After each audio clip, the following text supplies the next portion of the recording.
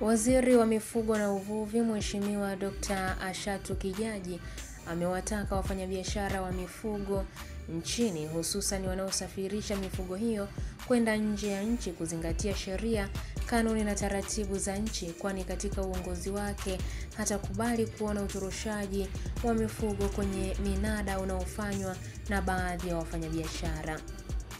Mheshimiwa Kijaji amesema hayo Mei 27 wakati wa uzinduzi wa mnada wa kileo uliopo wilayani Mwanga mkoani Kilimanjaro, ambapo amesema kumekuwepo na baadhi ya wafanyabiashara wasio waaminifu ambao hufanya biashara kinyume na taratibu na hutumika na wafanyabiashara wa nchi jirani kununua na kutorosha mifugo kwa siri kwa kutumia vipenyo visivyo rasmi kwenda nchi jirani. Hii ni update kutoka ABT Media na mimi ni Irene Nziku.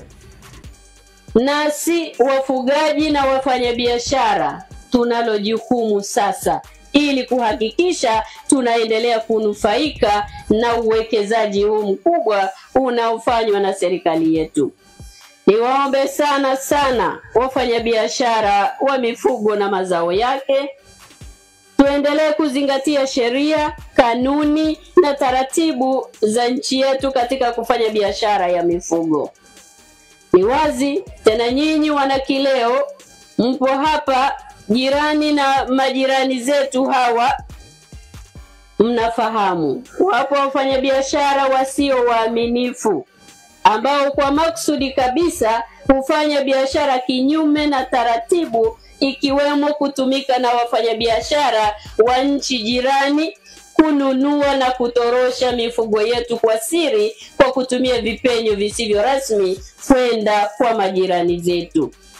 Wakati mwingine wafanyabiashara kutoka nchi jirani huingia na kwenda moja kwa moja katika minada ya awali kwa kuwatumia wenyeji kununua mifugo hiyo na kuisafirisha kinyume na taratibu.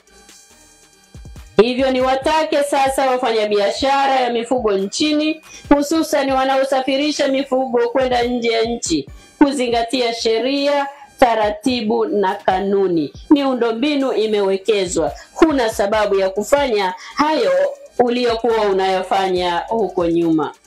Mtambue kwamba utoroshaji wa mifugo ni kosa kwa mujibu wa sheria na taratibu za nchi yetu. Wanaofanya hivi wanahujumu mapato ya serikali yetu pamoja na kudidimiza ustawi wa sekta yetu ya mifugo. Niwahakikishie, nikiwa waziri mwenye dhamana ya mifugo, hilo sitolivumilia.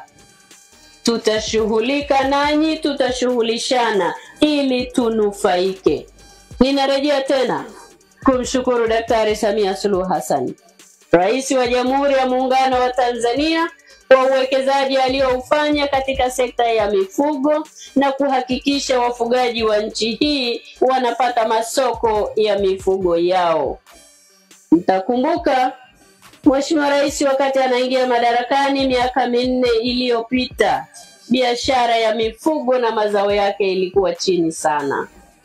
Mheshimiwa Rais akazunguka dunia nzima kufungua mipaka ya taifa letu kututafutia masoko sisi wafugaji. Kwa sasa dunia nzima inahitaji mifugo kutoka Tanzania, inahitaji mazao ya mifugo kutoka Tanzania. Makofi mengi kwa Daktari Samia Suluhu Hassan.